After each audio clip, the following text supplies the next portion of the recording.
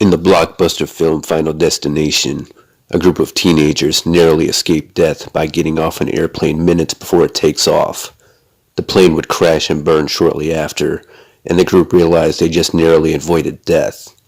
But what they don't realize is that death has a plan, a design that is tailored for each person. And if you somehow dodge your fate that death has set forth for you, you don't have a lot of time left, because death will stalk you until its job is done. In the movie, the deaths are pretty graphic and brutal. Today's stories are all true, yet they are all different than what you would see in the movie. In the movie, death will usually strike shortly after you avoided it the first time, but the deaths in these stories will range from happening within the same day, to months later, to decades later. But they all have one thing in common. The person would cheat death to wind up dying later in an unusual and sometimes bizarre manner. Michael Anderson Godwin was an American criminal doing time at Central Correctional Institution in Columbia, South Carolina.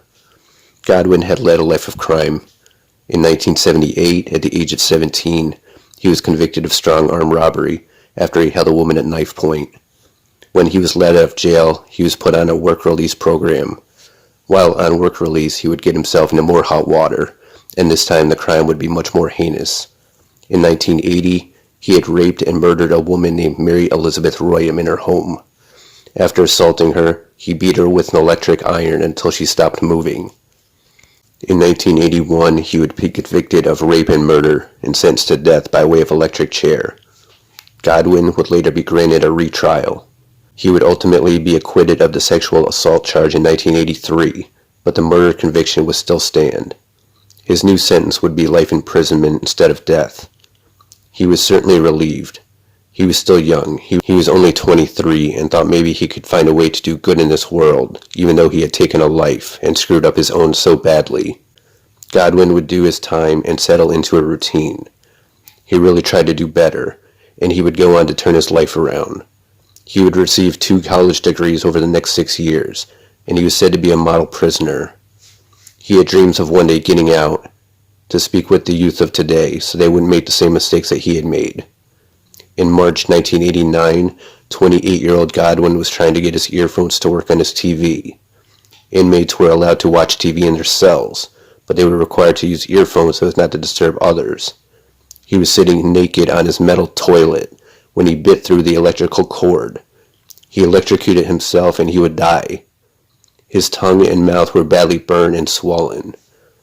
The story was full of irony, with the fact he had avoided the electric chair just to get fried in an electric chair of his own creation. He also had beaten his victim to death with an electric iron. Although he had turned his life around, he still had taken one, and ruined the lives of her family as well. Some would say Godwin's outcome was poetic justice. On November 3rd, 2021, 3 friends in their late 20s and early 30s were fishing in a rural area of Braslandia, Minas in Brazil, which is around 600 miles northwest of Rio de Janeiro. It was a relaxing day for them. Then all of a sudden they hit a log, and there was a beehive next to it. They were attacked by an angry swarm of bees.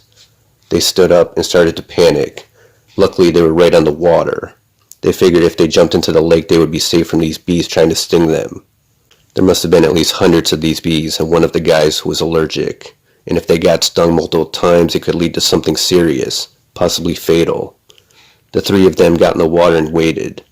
They would get up for air and then go back down into the water from time to time. They didn't want to expose themselves too much and get stung. After about 10 minutes, 2 of the 3 friends decided it was safe to get out of the water, but when they stuck their head up and looked around, they couldn't find their 3rd friend. They would swim back to shore and go to try and find help. They came back a little while later with firefighters. Fire and Rescue Service had to have specialized divers come with them. They would find the 30-year-old's body more than 10 feet from the shore. The men did not realize at the time they jumped into the lake that was heavily infested with piranhas. Their friend's body had been attacked and torn open by the piranhas, which are native to South America. The victim had lacerations all over his ears, face, and other body parts. Piranhas are known for their razor-like teeth, and these meat-eating fish are downright terrifying.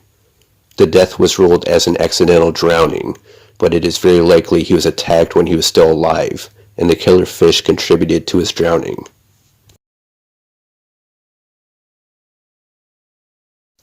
Niagara Falls is one of the most beautiful things you can find in North America. It is shared between New York State and Canada.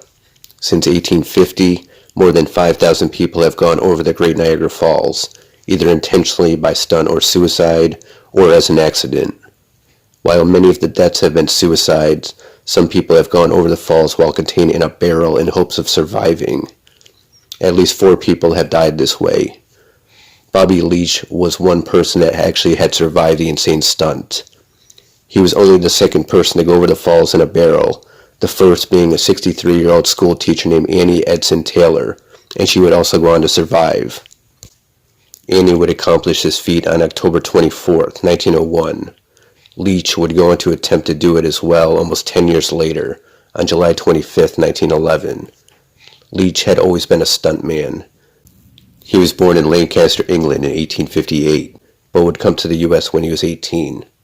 He would learn how to be a great showman, and he joined Barnum and Bailey's circus for 3 years. He was an expert swimmer and would do high dives from heights that would dazzle spectators. In 1908, he dove from the Steel Arch Bridge at Niagara, which was 208 feet in the air. He would cross the dangerous Whirlwind Rapids at Niagara 4 times before he would take his barrel plunge. When Leach went over the falls in the barrel, he landed so hard he would end up feeling everything when he landed the fall. He would suffer a broken jaw and 2 broken kneecaps, but he would survive. It would ultimately take him 6 months to recover in the hospital. Leach would continue to perform and do tours all throughout his life.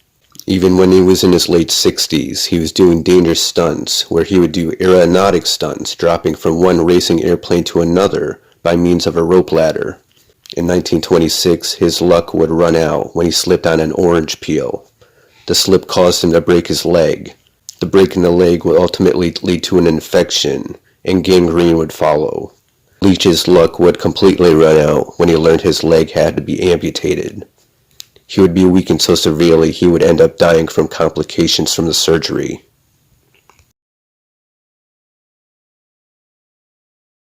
September 11, 2001 would be the darkest day in the 21st century on American soil, with approximately 3,000 people perishing from terrorist attacks when extremists started hijacking airplanes.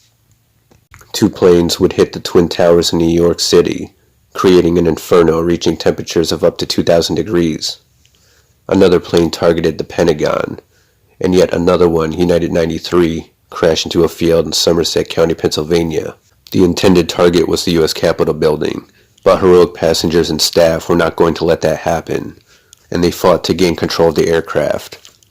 If you were alive during this time, you most likely remember where you were. Hilda, Yolanda, Mayul would never forget where she was that day. She was actually working in a restaurant at the World Trade Center. She was able to escape from the building unharmed because she worked on ground level and was able to escape safely after the first plane hit. She was so grateful to be alive, and so were her family.